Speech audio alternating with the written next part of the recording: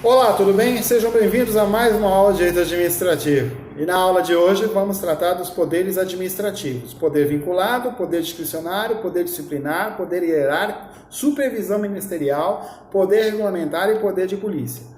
Gente, os poderes administrativos são importantes porque instrumentalizam a defesa do interesse público.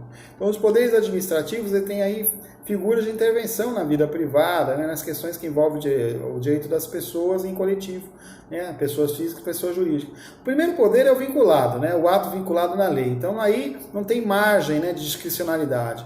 A vinculação do agente público à vontade da lei. Então, dentro dessa questão, temos aí a questão tributária, artigo 3º do Código Tributário Nacional. Então, o tributo só existe se for por lei. Então, é um ato vinculado, né? Ninguém pode se desobrigar, né, de cumprir a lei, deixar de pagar os tributos.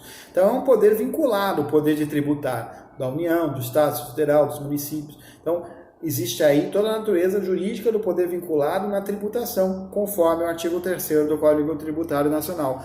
Matéria que vocês verão ainda no 8º semestre de Direito Tributário, ok? Poder discricionário.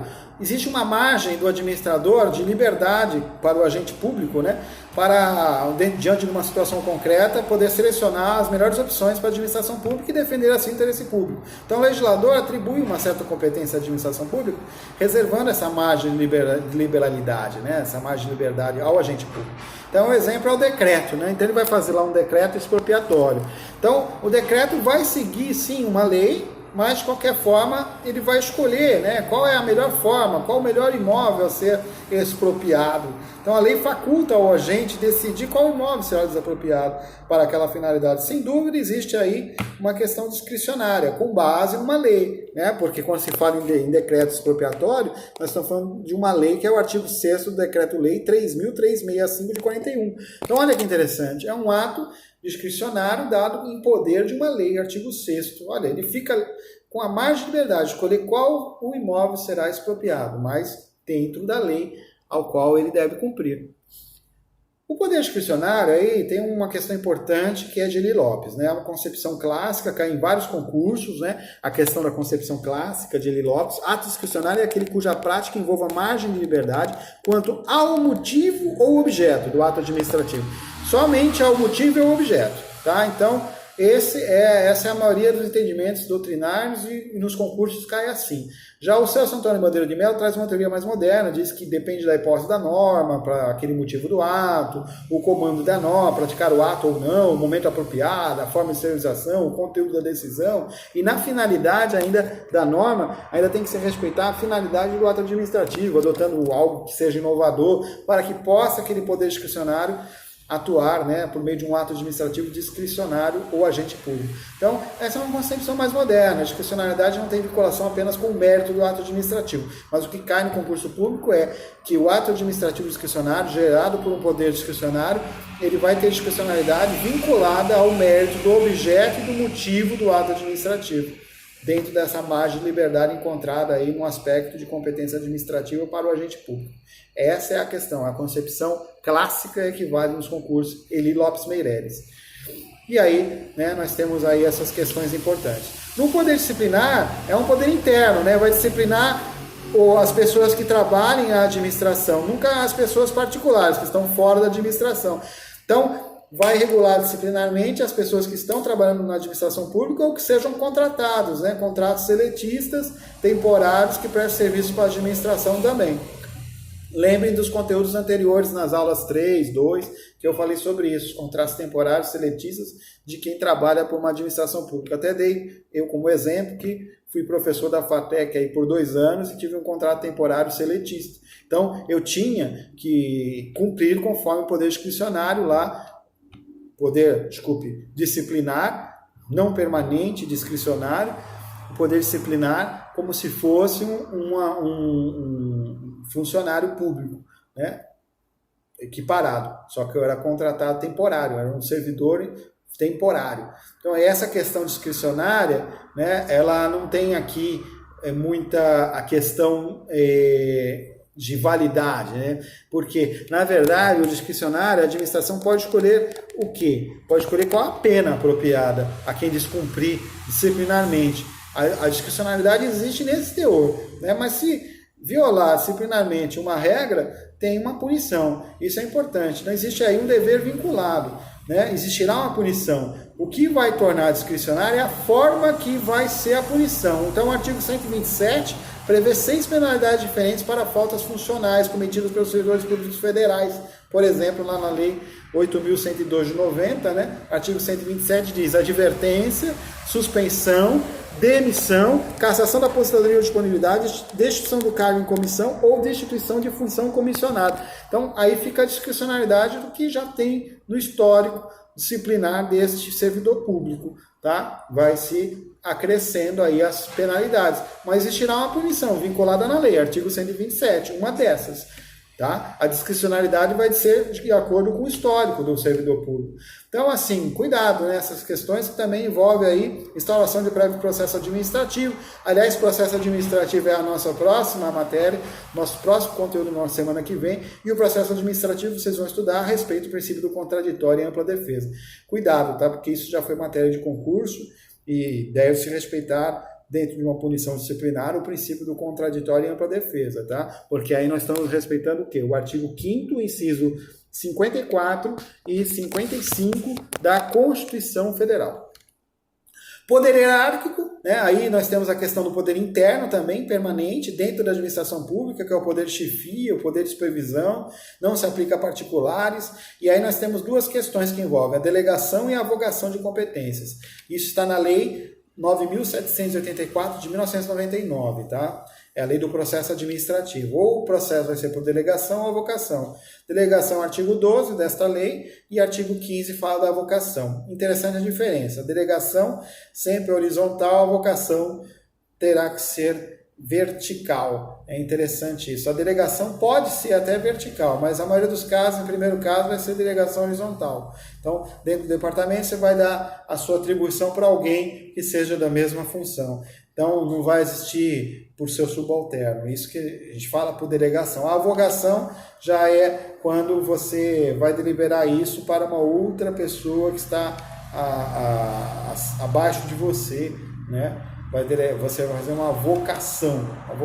Então, o subordinado tem um chefe. O chefe vai avocar alguém e essa avocação pode atingir aí verticalmente quem está acima do chefe, inclusive.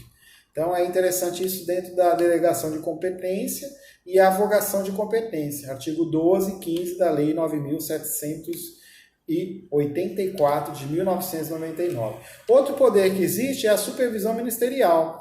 Tá? Então, a supervisão ministerial é o poder exercido aí pelos ministérios federais e pelas secretarias estaduais e municipais, sobre os órgãos e entidades pertencentes à administração pública indireta, inclusive. Tá? Então, existe aí um controle finalístico sobre a administração pública indireta. Interessante a leitura sobre isso. Não fica só centrado na organização da administração pública direta, mas também tem a atuação de controle finalístico nas administrações descentralizadas da administração pública indireta, autarquias e fundações públicas. Lembram? Então, a supervisão ministerial tem toda a questão aí prevista no artigo 19 do Decreto 200 de 1967, tá? Importante aí a leitura desse artigo. Então, a prova de defensor público do Estado de São Paulo já teve uma pergunta que considerou correta, assertiva, que o recurso hierárquico impróprio é o recurso interposto contra a decisão de dirigente da entidade de administração indireta para a autoridade a que está vinculada na administração direta. Olha que interessante, é uma questão de supervisão ministerial que já caiu até em prova de defensor público do Estado de São Paulo e tem a ver com essas questões aí do controle finalístico, da previsão legal expressa do decreto 267, lá no artigo 19, tá? Muito importante essa questão. Outro poder é o poder regulamentar, que decorre do poder hierárquico, tá? O artigo 84, inciso 4, diz lá sobre o poder regulamentar, que dá força aos regulamentos, né? Expedir decretos e regulamentos, que em regra é do presidente da República, no artigo 84, inciso 4, né? Em regra está lá e também estende-se aos governadores e prefeitos, tá? Então essa é uma questão interessante. Mas esses regulamentos aí foram se alterando, né? E podem se tornar regulamentos aí que são feitos de forma, como a gente chama isso, de regulamentos que são regulamentos que cabem a outras pessoas do órgão público, né? Então tem aí a previsão, né, de regulamentos autônomos ou independentes que entrou em vigor, né, com uma alteração constitucional que se deu para a emenda 32 de 2001 no Brasil. Né? Existe toda uma questão aí na época que se diziam violavam a cláusula pétrea, mas já está bem superado isso. Não violou a cláusula pétrea, é constitucional, tá? Então pode-se regulamentar além do presidente por outros meios de órgãos públicos previstos aí na emenda constitucional 32 de 2001, que inseriu aí as questões no próprio contexto aí do artigo 84, inciso 4, a linha A e B, tá? Importante essa questão. E aí surgiu aí essas questões interessantes quanto à organização e funcionamento da administração federal, pode-se delegar, e a extinção de funções ou cargos públicos, quando vagos, também pode-se delegar, delega-se aí a regulamentação, o decreto para o ministro de Estado, Procurador-Geral da República, Advogado-Geral da União, tá? Então, existe a delegação. Então, a regra é que seja indelegável, mas pela emenda constitucional 32 de 2001 se torna delegável, por exceção, o que está no 84, inciso 6, né? Letra A e B, respectivamente. Então, as situações aí de organização e funcionamento da administração federal e extinção de funções de cargos públicos quando vagos. Aí se pode delegar. E o último poder é o poder de polícia. O poder de polícia é um poder que se traduz na segurança pública, não a questão da polícia em si, mas a limitação administrativa. Então, em sentido estrito, que é o mais utilizado em doutrina e cai em concurso, se limita à administração, à liberdade e propriedades privadas. Então, nós estamos falando aí de vigilância sanitária, polícia de trânsito, alvará, fiscalização, né? Fiscalização da atividade administrativa pelo ente público. E o conceito legal está no artigo 78 do Código Tributário Nacional. Importante leitura que se completa ainda no artigo 78, parágrafo único do Código Tributário Nacional. Importante aí que o poder de polícia, né, limita a liberdade e propriedade dos particulares e regula, com base numa lei, a atividade de administração pública para uma prática de ato ou abstenção de fato. Então, manifestando-se aí por meio de atos normativos concretos em benefício do interesse público. Então, aí dentro dessas questões todas, né, que envolvem o poder de polícia, nós temos aí uma atividade restritiva que limita a liberdade e propriedade privada, com natureza discricionária em regra geral, caráter é liberatório com a licença e o alvará, sempre é geral, não é pessoal, é impessoal, o princípio da impessoalidade da administração pública aplicado no poder de polícia, todos devem cumprir, e aí dentro desse exemplo que é sempre geral, um juiz pode ser parado para fazer um bafômetro, se ele se negar, isso viola o Código Nacional de Trânsito, por exemplo, então é o caráter impessoal, que é sempre geral, o poder de polícia, e cria obrigações de não fazer, como regra geral, não gera indenização, se o juiz for parado por policiais e ele se negar, eu vou processar, não vai processar ninguém, porque o caráter é impessoal, o princípio da impessoalidade reina no poder de polícia. Atinge particulares, o juiz não está na sua função, naquele exemplo do bafômetro, ele é um particular, está dirigindo o seu veículo e ele é passivo das regras do poder de polícia, fica vinculado ao poder de polícia por lei do Código Nacional de Trânsito. E é indelegável o poder de polícia, tá? É muito importante essas considerações. E para finalizar a aula, qual a diferença entre polícia administrativa e polícia judiciária? Polícia administrativa, aquela tem caráter de administrativo, ou policiamento ostensivo, vai ajudar a administração pública. Então, quem é que ajuda a administração pública ostensivamente? A polícia militar, é uma polícia administrativa. A polícia judiciária tem uma natureza repressiva, não conhecendo o crime, vai se apurar a autoria, vai se verificar toda a questão da instrumentalização do inquérito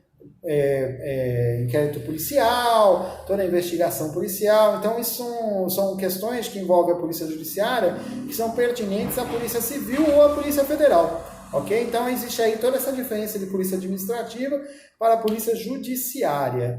Ok? E o poder de polícia, então, finalmente, ele alcança toda a administração pública, mas também alcança os particulares. Limita, fiscaliza, sanciona punições a particulares. Então, essa é a questão. Estudem, respondam aí as questões da aula e até a próxima aula. Obrigado, abraços.